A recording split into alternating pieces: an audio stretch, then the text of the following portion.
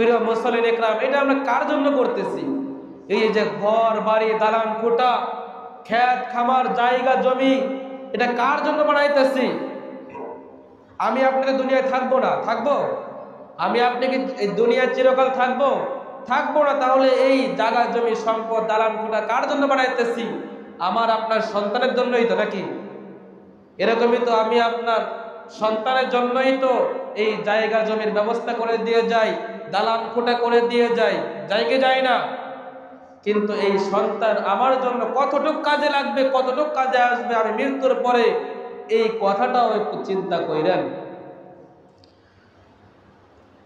এক আলেমের মুখে শুনলাম যে ঢাকার মধ্যে একজন ব্যক্তি, অনেক ধনাত্মক ব্যক্তি, অনেক বড় লোক, অনেক টাকা পয়সা গাড়ি বাড়ির মালিক, তিনার সন্তানকে ঢাকার মধ্যে 4 কোটি টাকা না 400 কোটি টাকা দিয়ে জন্য একটা বাড়ি বানায় দিয়েছেন, বিশাল বড় বাড়ি বানায় দিয়েছেন।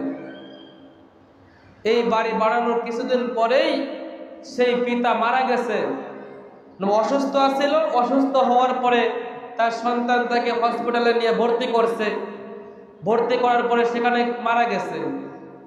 মারা যাওয়ার পরে দেখেন কেমন সন্তান, যেই পিতা তাকে এত বড় একটি বাড়ি বানায় দিল, কোটি কোটি টাকা দিয়ে এত বড় একটি ফ্ল্যাট বানায় দিল, সেই সন্তান দেখেন কেমন তার বাবার লাশটা বাড়ি পর্যন্ত আনে নাই।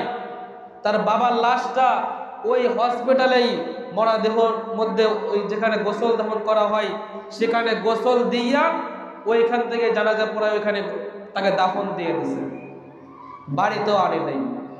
তাহলে বোঝেন সন্তান কেমন। এই জন্য আপনি যদি আপনার সন্তানকে ওরকম ভাবে বানায় যাইতে পারেন, তাহলে কুড়ে ঘরে থুয়ে গেলেও সেই সন্তান আপনার লাশটা বাড়ি পর্যন্ত আনবে। আনার পরে আপনার সন্তান আপনার পাশে দাঁড়াইয়া দোয়া পড়বে, কুরআন তেলাওয়াত করবে, আপনার জানাজার নামাজটা পড়াইবে। পড়াইবে কি পড়াইবে না?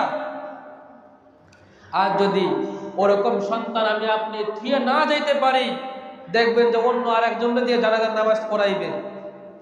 পড়ানোর পরে সন্তান কি বলবে, কি পড়ে যে তার বাবার জন্য দোয়া করবে, তাকে যে কি বলে বিদায় দিবে সেটাও জানে না। কিন্তু তার বাবা তার সন্তানকে পৃথিবীর সমস্ত শিক্ষায় শিক্ষিত করে দিয়েছে।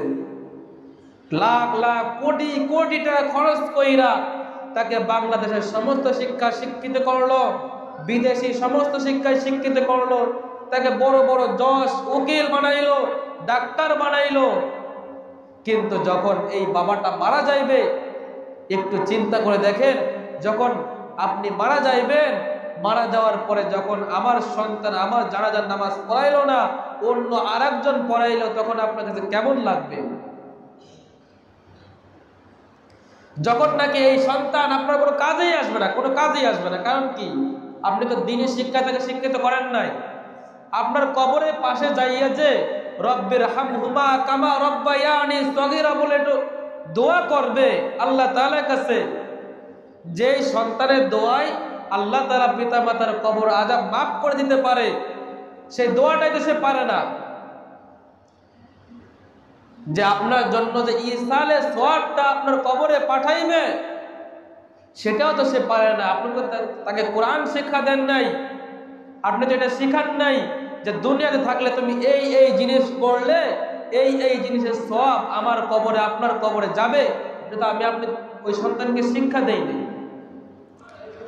আর যে পিতা তার সন্তানকে ওরকম ভাবে শিক্ষা দিবে, দ্বীনি ইলম শিখাইবে, এখন দ্বীনি ইলম শিখানো আমরা বুঝি যে তাকে বড় হাফেজ বানানো লাগবে, বড় আলেম বানানো লাগবে, মুফতি মাওলানা মুহাদ্দিস বানানো লাগবে, আমরা তো এটা বুঝি। এটা দ্বীনি ইলম নয়। আল্লাহ তাআলা বলে নাই যে তোমার সন্তানকে তুমি বড় হাফেজ বানাও, মুহাদ্দিস বানাও, বলছে? বলে নাই।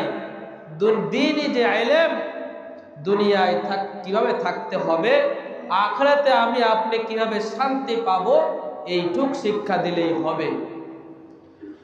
যদি ওরকম শিক্ষা দিতে পারে, তাহলে আমার আপনার সন্তান যখন আমি আপনি যখন মারা যাব, মারা যাওয়ার পরে সন্তান যখন আমার জানাজার নামাজ পড়াইবে, তখন আমার কাছে অনেক ভালো লাগবে, আপনার কাছে অনেক ভালো লাগবে যে আমার সন্তান আমার জানাজার নামাজটা পড়াইতেছে।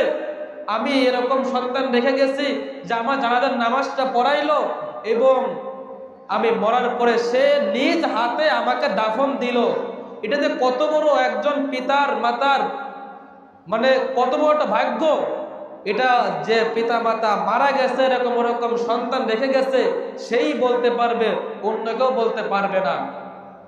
যে সন্তান নিজের পিতার নামাজ পড়ালো, নিজের পিতাকে দাফন করলো, দাফন করার পরে ওই কবরের কাছে এসে এসে জিয়ারত করে দোয়া করে, রব্বির হামহুমা কামা রব্বায়ানি সগীরা, হে আল্লাহ আমার পিতা মাতা আমাকে ছোটবেলা যেভাবে লালন পালন করেছে আমার পিতাকে আপনার কাছে দিয়ে দিলাম, আপনি আমার পিতাকে ওরকম ভাবে লালন পালন করে ওরকম সুন্দরভাবে রাখেন।